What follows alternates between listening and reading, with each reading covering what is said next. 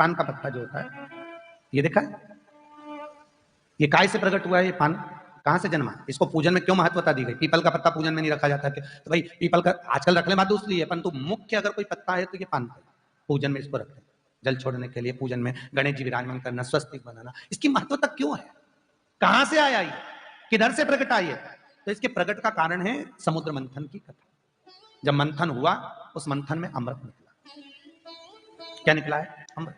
अमृत के कलश को देवता ले जा रहे थे, राक्षसों ने छुड़ाया। राक्षसों ने छुड़ाया, फिर देवताओं ने छुड़ाया। देवताओं ने छुड़ाकर वो अमृत का कलश, जहां पर इंद्र का ऐरावत हाथी बंधता था, उस ऐरावत हाथी जिस खंबे से बनता था, उस खंबे के पास छुपा दिया। कहां पर छुपाया है? वो ऐरावत हाथी के बंधने वाली खंबे के। अब खंबे के पास में वो अमृत का कलश छुपाया। छुपाते से ही जब वो अमृत के कलश को छुपाया जा रहा था, उसमें से एक बूंद पृथ्वी पर गिरते से अमृत के कलश के पास एक बेल चढ़ गई।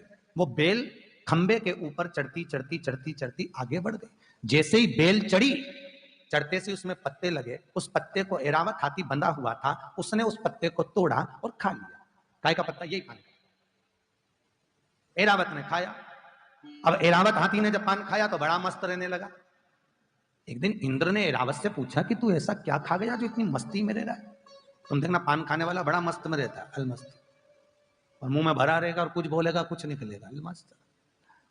अलमस्त तो तूने खाया क्या है ऐसा जो तू अलमस्त है? इंद्र ने पूछ लिया। ऐरावत बोला, वो खंबे के पास में जहां तुमने बांधा था, वहां पर एक बेल लगी, उस बेल के पत्ते मैंने खा लिया। इंद्र ने देखा तो पत्ते को लिया, तो ऐरावत पत्ता इंद्र ने खाकर देखा। इंद्र खाया तो इंद्र मस्ती में रहने लगा।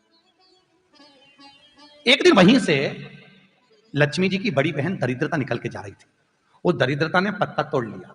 पत्ता तोड़कर दरिद्रता ने भी मुंह में उस पत्ते को ले लिया। जाते जाते वो पत्ता भगवान विष्णु के पास पहुंच गया, ब्रह्मा जी के पास पहुंचा। ब्रह्मदेव ने कहा, ये पान में मध्य भाग में लक्ष्मी का निवास होगा, और इसकी जो तने हैं, तने बने दिखते हैं, इसमें कामदेव का निवास।